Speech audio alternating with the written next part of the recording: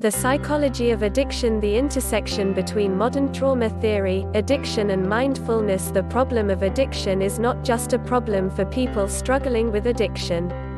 It's a problem of the ages, and at one point or another, just about every person involved with addiction, especially those in recovery, comes to a point where he or she looks around and says, "I think everyone is an addict." I've been sober for 29 years now, and I had that moment in my early recovery. It was a long moment, probably about 6 months long. I wasn't really welcome at parties at the time because I kept telling people, "You're an addict, he's an addict, everyone's an addict." But I think I was doing that because it's true, insofar as modern, science-based psychology squares with what I understand the Buddha said a couple thousand years ago. I've always seen the Buddha as a psychologist and a scientist. He undertook a 7-year single case study of himself. And after running through a bunch of different methods, he realized that some kind of middle way held the answer. Then and there, he was starting to work on a pathway out of addiction. He sat a day down, thought about the process, and came up with insights that he formulated according to the medicine of the time in India. What the Buddha did was give us a diagnosis. He outlined the symptoms and causes of addiction and outlined the cure. He offered a prescription. The core of the symptoms and causes revolves around themes that are central to the addictive process: the craving of pleasant things and pleasure, and the aversion to pain. In short, clinging and becoming attached. There was none of today's scientific technology, but what he understood was that we don't become addicted because we're stupid or less than, we become addicted because we want to survive. With addiction, the survival instinct, which is run by the reptilian brain and the paleo-mammalian brain, basically takes over and calls the shots, more than need be. The craving, clinging, aversion drama is simply a function of being human. If you boil it down to the psychology of the Buddha's time, without the brain scanning equipment, what he noticed, and what we see today as well, is that when suffering, unsatisfactoriness and difficulties occur often enough, they reinforce each other and build into an increasing sense of what we might call delusion, or, if that's too strong, an inability to see clearly. In this regard, all human beings are walking through the addiction dilemma. One of the ways I like to phrase it is, everyone's an addict, but we addicts do it better. Everyone suffers, craves, clings and attaches, but oh man, we addicts are so good at it. For the addictive person, at a certain point the cravings are completely outside the realm of consciousness. It's like being on automatic pilot. I find it really remarkable that all the way back then, the Buddha taught that with the problem of addiction or intoxication, you find people quarreling, losing their wealth, exposing themselves, being out in the middle of the night with strangers, etc. It sounds like LA in 2018. But the most important issue, he said, is weakened insight.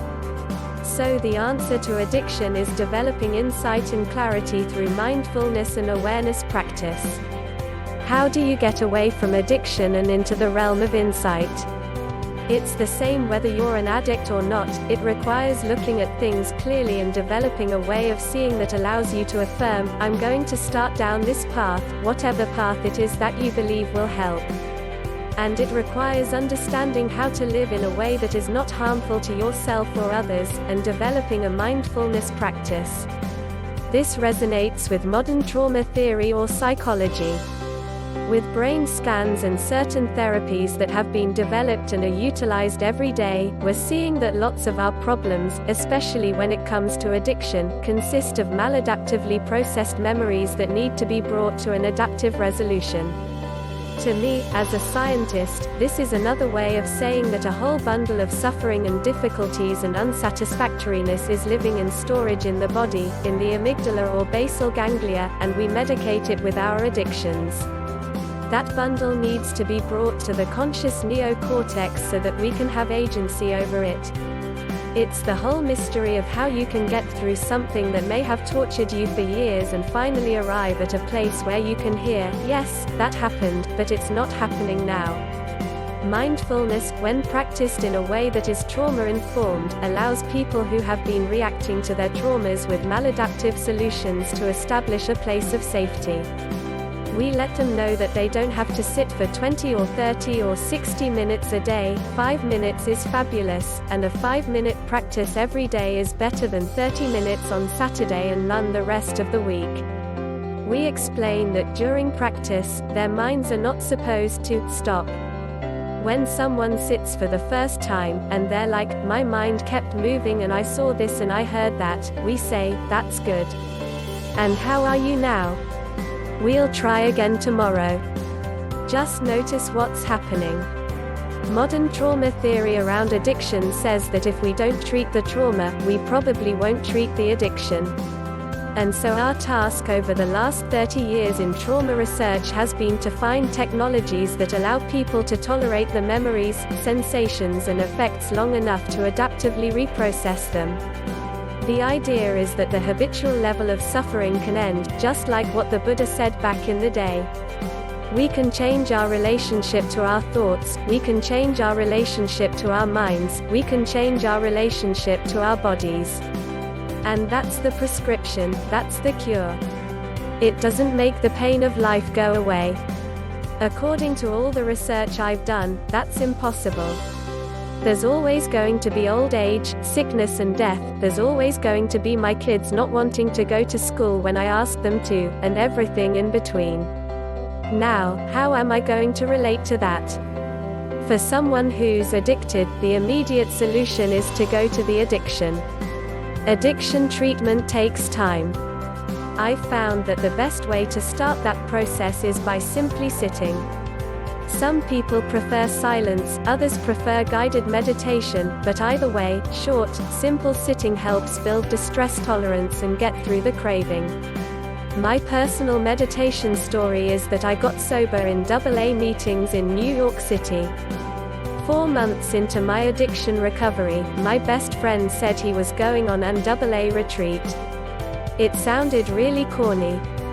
Then he said it was at a Zen Buddhist monastery, and that sounded awesome and weird, so off I went. I got my first addiction meditation lesson and I've been sitting ever since, including spending an entire year at that monastery 9 years later. During that first sitting, they rang the bell, and for the first couple of minutes I thought, I think I might be the Buddha. Yeah, this is cool. And then about 3 or 4 minutes later, I noticed that one knee had started to hurt, and then the other knee started to hurt, then my hips and my back, and then my mind started talking about things it hadn't talked about for a while. I went into a mantra, "You should ring the bell and end the session, you very mean person." And as this was a Zen place, they tended to not ring the bell soon enough. That first sitting was about 50 minutes long. When they finally rang the bell, I was very relieved. I uttered a few expletives. And then I had the addict's reaction, "All right. When are we going to do that again?" I leveraged my addiction to build my practice. Zen practice is so in the body, that's where they point you, with very little instruction. What happened for me was I became able to tolerate a lot of stuff, until, at a certain point, I didn't have to tolerate stuff anymore because it had already passed. Then the next unsatisfactoriness or suffering would come, and I would tolerate that and get through it. I built more and more experience just by sitting there. My first lesson was sit down, shut up, don't move. It may not be gentle, but it worked for me.